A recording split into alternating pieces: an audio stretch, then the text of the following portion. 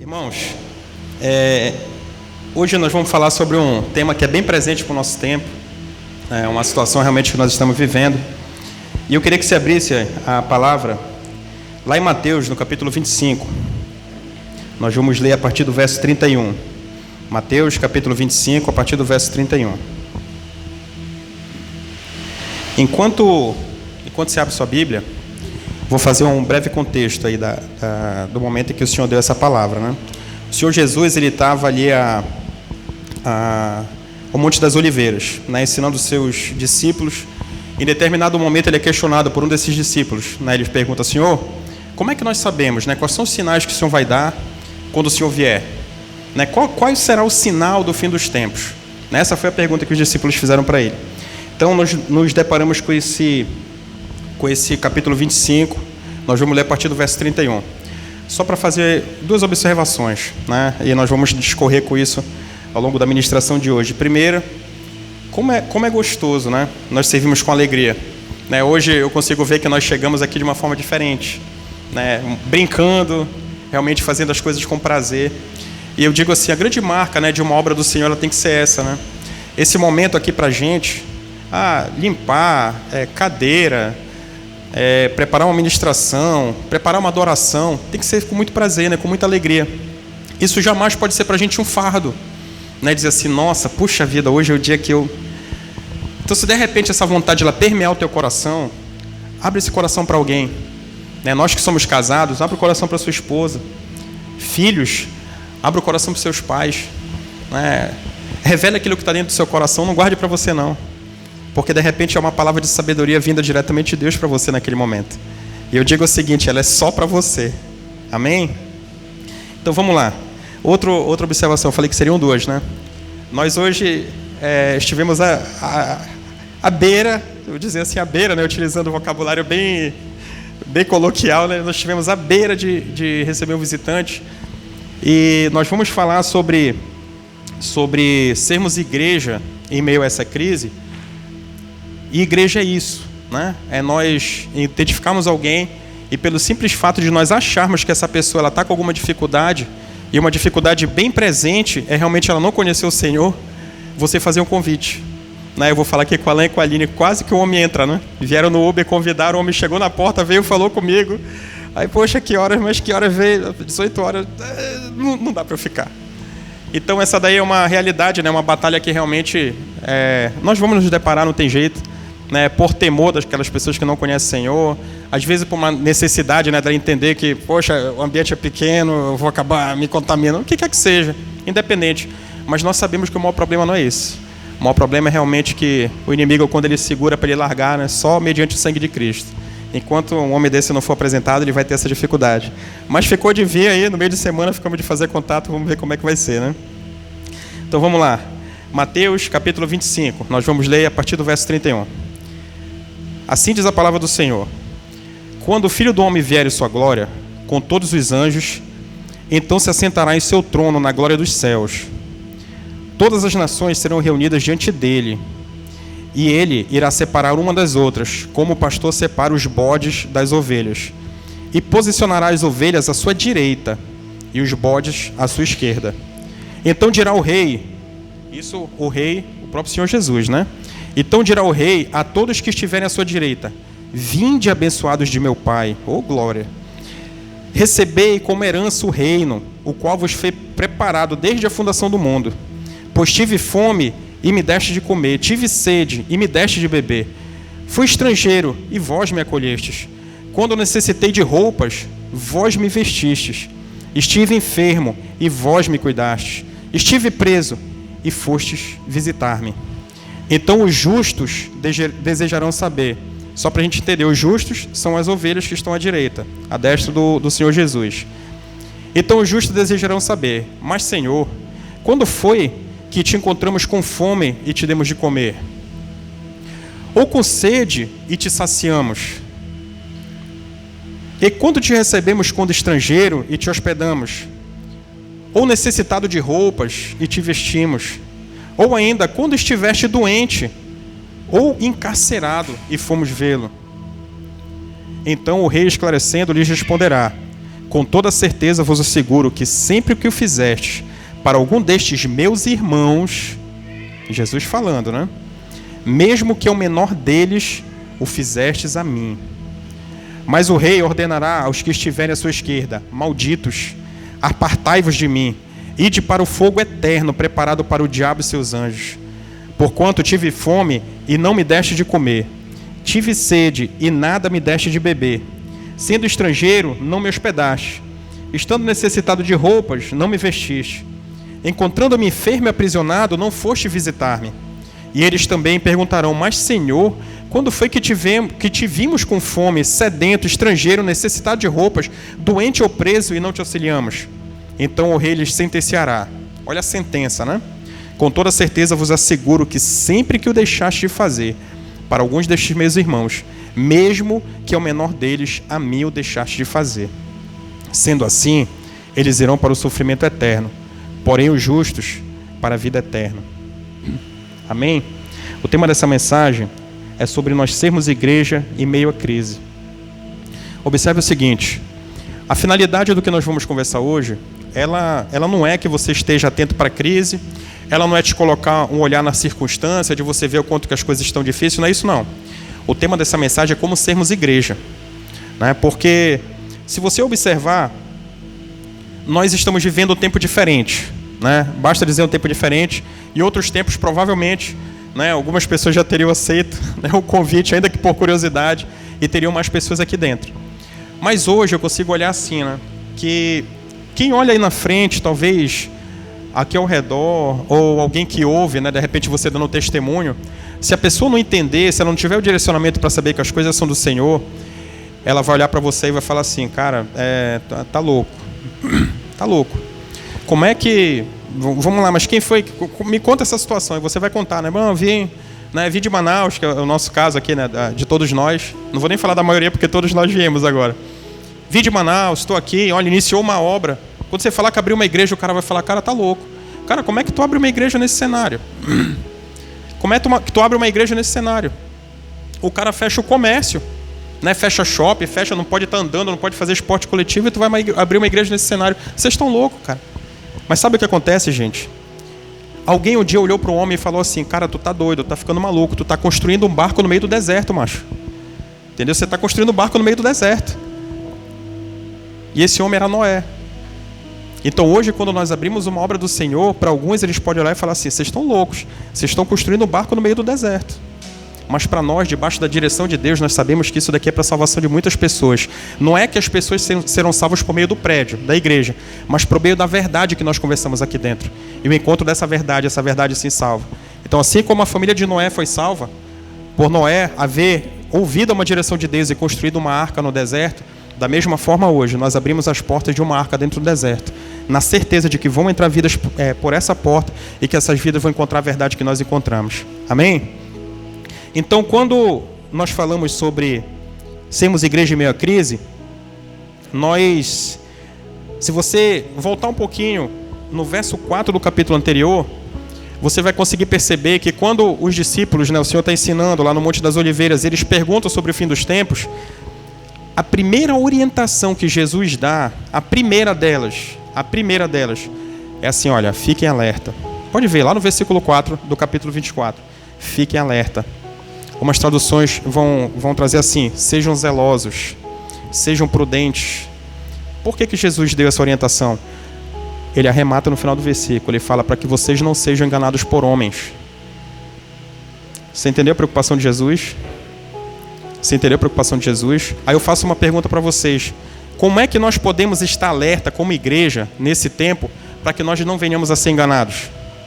Porque mentiras, setas do inimigo nas nossas mentes, isso daí, nenhum de nós está livre disso. Nenhum de nós está livre de alguém chegar e tentar dar uma sentença, não de Deus, uma sentença de morte. Nenhum de nós está livre disso. Mas como é que nós podemos fazer para que nós não possamos ser enganados por essas pessoas? Para que nós não venhamos a cair no erro de ser enganados por homens? E aqui nós estamos falando de salvação e igreja, tá? Como é que nós podemos fazer isso? Um ponto simples, um ponto muito natural e muito óbvio. Eu vou fazer uma pergunta, vocês homens, vamos treinar primeiro. Faz assim, ó. Faz assim, Ana. Isso. Faz assim, Jefferson. Isso. Pra gente não errar.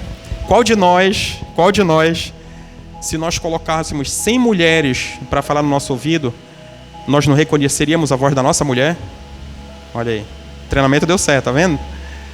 É ou não é verdade? Da mesma forma, as mulheres, se nós colocássemos 100 homens para falar no seu ouvido, oi, com o seu nome, você não reconheceria a voz do seu marido? Reconheceria. Por uma razão muito clara. Qual é a razão? Você tem contato todo dia. Você tem intimidade com ela. Você consegue trocar experiências com ela. Você ensina e você é ensinado. Então isso é intimidade. Então quando o Senhor Jesus, nesse versículo 4 do capítulo 24, ele fala sobre não sermos enganados por homens, a única forma de nós não sermos enganados é ouvindo a voz do Espírito Santo. É naquele momento em que o Senhor testifica. É naquele momento em que o Senhor fala pra gente, olha, essa situação é o seguinte. Ou então, olha, chuta que é laço. Hoje, a pessoa que veio aqui na porta, eu tive uma impressão que foi, né, acabou que nós tivemos a mesma impressão. Uma pessoa que está atormentada, né? Literalmente atormentada. Atormentada. E a gente com amor, né? A gente quer, olha, deixa eu te falar, tem uma solução, cara. Entra aqui, sério, né? Entra aqui rapidinho, senta bem aqui rapidinho, olha, nós vamos adorar, a presença de Deus vai ser real aqui. Vem experimentar junto com a gente. Mas o que é que nós temos que ter muito certo dentro do nosso coração? O nosso Senhor que nos ama tanto, mas nos ama tanto, nos ama tanto, nos ama tanto, que Ele nos deu oportunidade de escolha, né? E assim como Maria, nós escolhemos a melhor parte hoje. Amém? Então, hoje, pela manhã, eu, falando sobre igreja, né, em meio a esse cenário de crise, eu recebi uma visita, vou dizer assim, muito sui generis, uma visita muito diferente, hoje de manhã cedo, né? Estava aqui orando, buscando o Senhor, quando eu abro os olhos tinha um urubu querendo entrar aí na porta, né? Aí eu vou falar assim, se der repente no seu coração nesse momento, ai, urubu, mau agouro, meu irmão. Olha, isso não faz parte da nossa realidade não, tá? Isso não existe pra gente.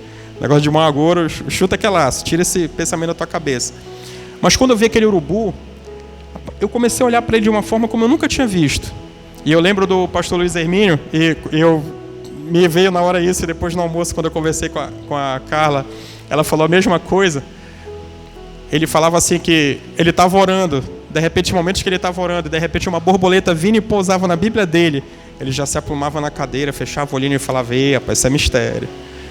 E começava a pedir a direção de Deus, né? Senhor, fala comigo, por que, Senhor, nessa borboleta? Né? Fala o significado.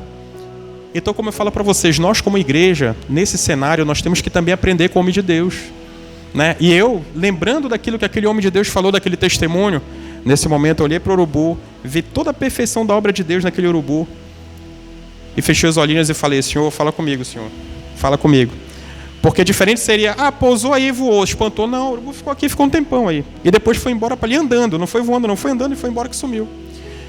E eu começava a falar com o Senhor, né? E eu não vou entrar no mérito aqui da importância dele, né? Na questão da biologia, tem um professor especialista aqui que quem tiver curiosidade ele explica mais tarde, no ecossistema, né? Mas quando eu olhei para aquele urubu, e ele começou a fazer a caminhada, que ele foi para lá, voltou e começou a fazer a caminhada como se fosse entrar, né? Só que a grade estava fechada. Aí eu fiquei olhando e falei, rapaz, eu vou deixar ele entrar. E se ele entrar, eu vou ver o que esse cara vai fazer, né? Fiquei só observando. E quando eu busquei o Senhor em oração, eu falei, Senhor, é um pássaro que ninguém quer perto. Entendeu? Quando você olha para o urubu, ninguém. Eu, particularmente, nunca conheci ninguém que falou assim, cara, eu estou criando um urubu, tá forte, tá bonito. Né? Não conheço ninguém. Meu filho quer criar uma capivara, né? Mas não conheço alguém que queira criar um urubu. Mas vocês conhecem alguém que queira criar um urubu? Eu não conheço. Conhece alguém que quer criar um urubu? Oi? Criava um urubu? Bom, temos a exceção aqui, mas eu não conhecia, depois me apresenta. Só que não é algo que você vê no cotidiano, né? Realmente é uma exceção. E quando eu olhei para aquele urubu, o que é que eu consegui perceber? Né? O Espírito Santo ministrou meu coração. Por essas portas, e as portas da igreja, elas têm que estar abertas para que aquelas pessoas que todo mundo enxota, elas tenham oportunidade de entrar. Porque elas têm a mesma valia para o Senhor.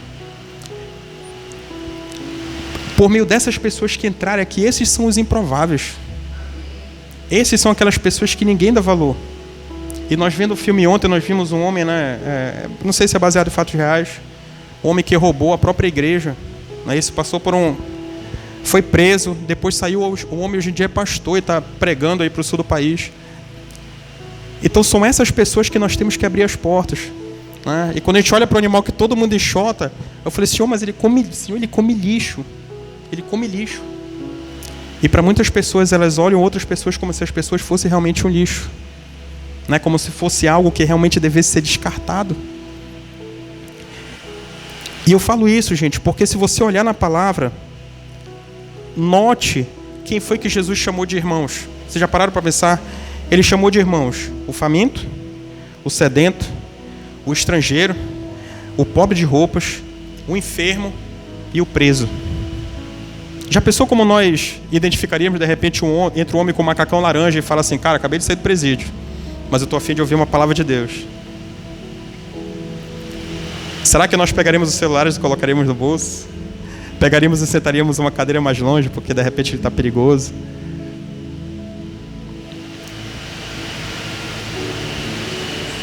E eu não esqueço, naquele culto que nós fizemos aqui, de oração, em que o Espírito Santo me levou a orar por esses miseráveis.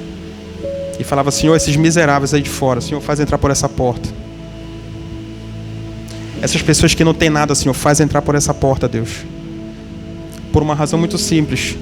A necessidade de nós experimentarmos um agir de Deus, um milagre.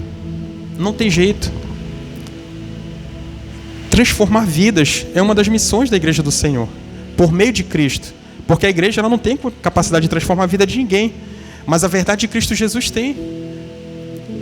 Então hoje, se nós olhamos para alguém, a exemplo do urubu, que as pessoas só enxotam e que não querem que estejam próximos, são essas pessoas que nós temos que abrir essas portas e falar, filho, entra. Filho, entra. Está com sede, está com fome, vem, entra. Eu vou partilhar contigo. Essa tem que ser o sentimento que permeia o nosso coração nesses tempos. E quando nós falamos de um cenário de crise, é muito possível que isso aconteça. É muito possível que aqueles que estiveram necessitados um dia, talvez estejam mais necessitados agora. E aqui, creio que é o Espírito Santo, eu vou abrir um parênteses. Se de repente Deus ter derramado algo a mais na tua vida, não fica para você não, compartilha. Né? Compartilha com aqueles que não têm. Amém? Quando a gente fala sobre igreja em cenário de crise, semana passada, eu me deparei eu particularmente acompanhei, tá? O voto de 9-2 do STF a respeito do fechamento das igrejas. Não sei se alguém acompanhou aqui. Alguém acompanhou? O que acontece? Eu consegui perceber que eu via muitas pessoas de Deus, sabe? Eu não falo assim, que se dizem de Deus, no nome de Deus, sabe? Colocando mensagens duras, sabe, contra o STF, colocando mensagens duras contra os governantes, duras mesmo. E eu parava para pensar assim, eu falei, meu Deus, Senhor, será que esse é o testemunho que nós devemos dar nesse cenário?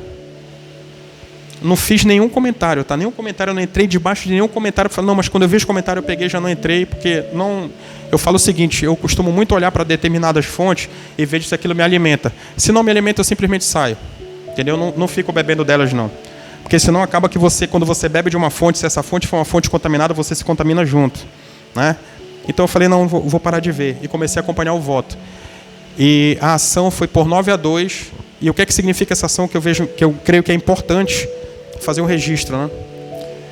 Houve um decreto, e esse decreto ele proibiu a abertura de igrejas durante a pandemia.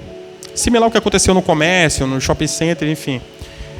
E a Associação de Cristãos, se não me engano, de São Paulo, eles entraram com uma liminar e pediram liminarmente para que se abrisse os templos.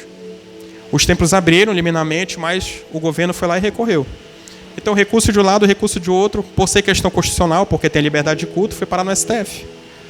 E quando chegou no STF, a decisão do ministro foi o seguinte, se comércio fecha, se ninguém pode fazer academia, ele colocou uma série de situações. Então, nesse momento, o decreto pode sim restringir a funcionalidade das igrejas. E eu só fui ver essa questão do STF porque quando eu li no site, né, no site que era voltado para a área cristã, se falava assim, STF vai mandar fechar as igrejas. Não, ele não mandou fechar a igreja. Ele falou que o prefeito e o governo, ele tem competência para que no decreto ele coloque se fecha ou não. E eu glorifico ao Senhor porque, pelo menos aqui no estado do Amapá, né, as igrejas não estão fechando, né, estão com uma série de restrições, mas pela glória do Senhor nós temos a liberdade de culto. Né? Não tenho acompanhado, não sei como está Brasil afora. Mas o que é que eu queria falar em relação... Por que eu falei tudo isso? Porque, irmãos, eu vejo pessoas se escandalizar por conta de uma decisão dessa. Meu Deus, olha aí, até a justiça está contra. Aí eu vou para as Escrituras e leio e consigo ter a percepção totalmente contrária. Totalmente contrário. Eu faço uma pergunta para vocês. Quando foi que a igreja não foi perseguida? Pode olhar nas Escrituras. Quando foi que a igreja não foi perseguida? Isso é novidade para alguém? É novidade para alguém? Não é novidade para ninguém. E por que a gente se escandaliza quando tem uma decisão contrária? A gente se escandaliza, fala nas redes sociais, critica.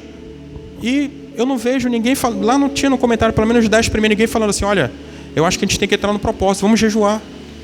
Vamos orar. Eu falei com o meu pastor, então eu sou pastor, e vamos dar uma direção para a igreja, para jejuar, para clamar. Não vi isso acontecer. Aí nesse momento, quando nós falamos de a igreja em um cenário de crise, nós temos que entender que a igreja não mudou. A igreja ela não mudou. Mas quando você olha na história da Bíblia, quando você vai para as Escrituras, você consegue ver de uma forma muito clara. Nos momentos de crise, a igreja ela avançou. Nos momentos de crise, a igreja avançou. Quais dos apóstolos de Cristo não foram perseguidos? Tem inúmeras histórias sobre homens perseguidos. A palavra diz que Paulo desceu de uma muralha dentro de um cesto, o pessoal pendurando para poder escapar, para não ser pego pelos romanos. Então, não é de hoje que a igreja é perseguida. Só que qual é a nossa? Qual é a nossa postura? E é sobre isso que eu quero focar. Qual é a nossa postura como homens e mulheres de Deus? Qual é a nossa postura? A nossa postura é continuar buscando. A nossa postura é se humilhar diante do Senhor e falar, Senhor, o Senhor está vendo como é que está a situação, Senhor. Move, Senhor, faz mover o céu nesse lugar. Que o coração desse homem que está colocando esse decreto, que ele não impeça que as igrejas fechem as portas. Não impeça que a igreja feche as portas. Porque hoje eu consigo perceber que nós muito mais atacamos do que nós buscamos aquilo, o Senhor, que é quem pode resolver. Quando Jesus, essa palavra ela é dada às vésperas de Jesus ser aprisionado e levado para ser julgado no Sinédrio. E quando Jesus é preso, né, se eu não me engano é só o Evangelho de João que traz, mas a palavra diz que Pedro, porque o outro traz assim, um dos discípulos, mas João ele vai e fala, Pedro tira a espada, né, e vai, com certeza não foi para tentar cortar a orelha de Malco, que era um dos servos do sumo sacerdote. Ele deve ter ido para matar mesmo, né, para defender o Senhor, porque ele amava Cristo. Então ele vai, tira a espada e dá-lhe a espadada. E erra e acaba cortando a orelha de Malco. Qual é a instrução que Jesus dá para ele naquele momento? Qual a instrução que Jesus dá para Pedro naquele momento? Pedro, está fazendo errado, filho. Não é assim não que eu te... Pô, imagina, filho, não foi assim que eu te ensinei não, filho. Guarda, Pedro, a espada. Quem age pela espada vai ser morto pela espada. Vai perecer com a espada. É isso que a palavra diz. Então hoje como igreja nós não podemos cogitar a possibilidade de pegar em arma. Não, vou fazer revolução. Não é esse o papel da igreja. Irmãos, nem a China, nem o comunismo, nem presidente, ninguém vai abalar a estrutura da igreja. Porque nós somos alicerçados de uma só verdade, que é Jesus como Cristo. Então isso não vai mudar. Ninguém, não importa. Quando eu falo para você, não, peraí, deixa eu ver se eu entendi aí, Renzo. Fala para mim aí, deixa eu ver se eu entendi. Então nesse momento o que eu tenho que fazer é deixar o negócio rolar. Não. Eu não estou falando para você... para você ser condescendente com o que está acontecendo. Não é isso que eu estou dizendo. Eu só estou dizendo que a atitude da igreja é orar, é clamar por um renovo, é ensinar a forma com que nós devemos agir. É isso que a igreja faz. Professores aqui, nós temos 2 professores. Vocês vão para dentro de sala de aula. Olha, irmão, deixa eu falar uma coisa para vocês. Olha, porque está errado, porque vamos para a rua, vamos fazer rebelião, vamos quebrar as coisas. É esse o papel de um cristão? Não é esse o papel de um cristão. Em meio à crise, qual o papel de um cristão professor? O aluno chega, conversa e tal. Meu irmão, deixa eu te falar, cara, existe um Deus que ele pode resolver tudo isso, cara. Não importa o tamanho do teu problema. Não importa. Tem um Deus que pode resolver isso aí. E eu creio nisso. Nós cremos nisso. Nós ensinamos isso dentro de casa. E eu venho aqui ensinar isso para vocês, ainda que de repente alguém discorde. Ainda que de repente alguém entenda que não, se acontecer aqui tem que entrar com uma liminar também para subir. Eu discordo dessa postura. Resguardar direitos, irmãos. Resguardar direitos é diferente de você atacar. Entendeu? Resguardar o direito é diferente de você atacar. Amém? Então, quando nós falamos aí sobre a verdade da igreja e sobre, de repente, nós não nos contaminarmos com essa crise que está se estabelecendo, o que é que nós temos que entender também? A verdade da igreja, se você for lá em Mateus, no capítulo 16, verso 18, a palavra de Deus diz que as portas do inferno nunca prevalecerão contra a igreja. Então, se nós cremos na palavra, e olha aí, se nós cremos na palavra, nós temos que entender que não importa o plano que seja feito, não importa o plano que seja arquitetado, não importa, porque as portas do inferno nunca vão prevalecer contra a igreja do Senhor. Isso é uma verdade? Você crê nessa verdade? Então é o momento que você fazer uma reflexão sobre isso. E, gente, repara só o seguinte, observa na Bíblia, quando você vai lendo as Escrituras, quais foram os momentos que o homem mais buscou a Deus. Já pararam para ler sobre, já fizeram essa reflexão? Quais foram os momentos em que o homem mais buscou a Deus? Foram nos momentos de crise. Nos momentos em que não importa o que eles tivessem, não importa o que eles fizessem, eles não conseguiriam resolver aquela situação. Os momentos em que o homem mais buscou a Deus foram em cenários de crise. Hoje, nós estamos vivendo um cenário de crise. E nós temos, eu vou dizer assim, todas as prerrogativas necessárias. Nós temos todas as ferramentas necessárias para nós experimentarmos de um avivamento. Nós cremos na palavra. Nós temos o Jesus. O Espírito Santo habita em nós. E nós cremos na verdade de Cristo. Então nós temos todas as ferramentas necessárias para nós experimentarmos de um avivamento. Você já parou para pensar nisso? Nós estamos vivendo um cenário em que a plenitude de agir do Espírito Santo, se nós buscarmos como nós deveremos buscar, ela vai acontecer. Nínive era uma cidade idólatra, que não criou no Senhor. Quando Jonas vai levar uma sentença de destruição para aquela cidade, o que foi que aconteceu? O rei clama a todos, né? Meu irmão, jejum geral. Animais, criança de peito, todo mundo, vamos jejuar todo mundo. Pano de saco em todo mundo. E vamos buscar o Senhor. E qual foi o resultado? Livramento. Então, para finalizar, irmãos, nesse cenário de pandemia, algo que o Senhor tem colocado muito forte no meu coração e que particularmente tem que estar dentro do seu coração também, nós temos que experimentar de um avivamento. Cara, esse é o momento. É sério, esse é o momento. Lá fora está o desespero. Pessoas desesperadas. Eu falo isso para vocês. Essa semana agora tentaram me subornar lá no meu trabalho. Entendeu? E quando tentaram me subornar, quando eu olhei para aquela mulher, primeiro me deu uma raiva assim, porque nossa, é ruim, né? Alguém chegar e te oferecer dinheiro, parece que está colocando um preço em você. Foi muito ruim de primeira. Mas o que é que eu fiz? Depois eu fui orar. Eu falei, Senhor, pelo amor de Deus, tira isso do meu coração. E o que o Espírito Santo ministrou no meu coração é o seguinte: uma pessoa desesperada. Uma pessoa que não tem o Senhor para recorrer, ela não recorre a mim. Ela recorre para tudo aquilo que ela pode fazer. Então aí fora tem uma série de pessoas desesperadas.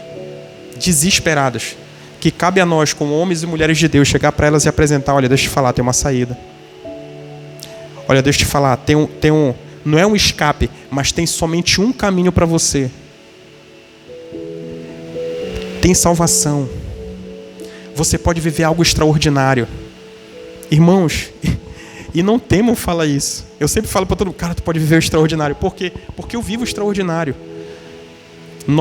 E eu agradeço a Deus porque Cauã, Kiara, Malu, Cecília são crianças que não conheceram as mazelas do mundo e quer a Deus, a Malu hoje uma jovem, já o Cauã já entrando na adolescência, e não vão conhecer em nome de Jesus. Entendeu? Mas nós que conhecemos, sabemos de onde nós saímos da podridão. E quando a gente olha para trás, pelo menos na minha vida, eu olho e falo: caramba, bicho, que extraordinário, olha esse milagre. Olha esse milagre. Então hoje, o que nós temos que entender, irmãos, que todo cenário de crise ele é um cenário que impulsiona a igreja do Senhor, porque a igreja ela passa a orar mais. Amém? E para finalizar, eu queria deixar uma frase dentro do seu coração. Dentro do seu coração, fica com essa frase essa noite. Se de tudo que foi falado aqui você ficar com essa frase, eu creio que o Espírito Santo ministrou teu coração. A igreja não mudou.